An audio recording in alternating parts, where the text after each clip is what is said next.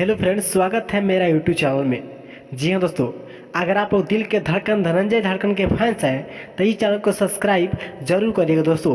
तो चलिए जानते हैं सॉन्ग का टाइटल क्या है, इस सॉन्ग के गीतकार कौन है और कब तक करेंगे रिलीज और किस कंपनी से।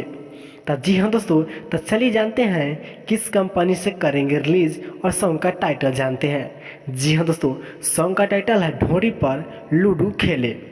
जी हाँ दोस्तों, सॉन्ग का टाइटल है ढोरी पर लूडो खेले, जिस सॉन्ग का गीतकार है राइटर राकेश जी। जी हाँ, 2 दिसंबर को 6 बजे सुबह में करेंगे रिलीज त्रिमती फिल्म्स के माध्यम से। जी हाँ दोस्तों, चलिए जानते हैं कि म्यूजिक डायरेक्टर इस गाने के कौन है। पवन पाल है दोस्तों, इस सॉन्ग के म्यूजिक डायरेक्टर पवन पाल है दोस्तों।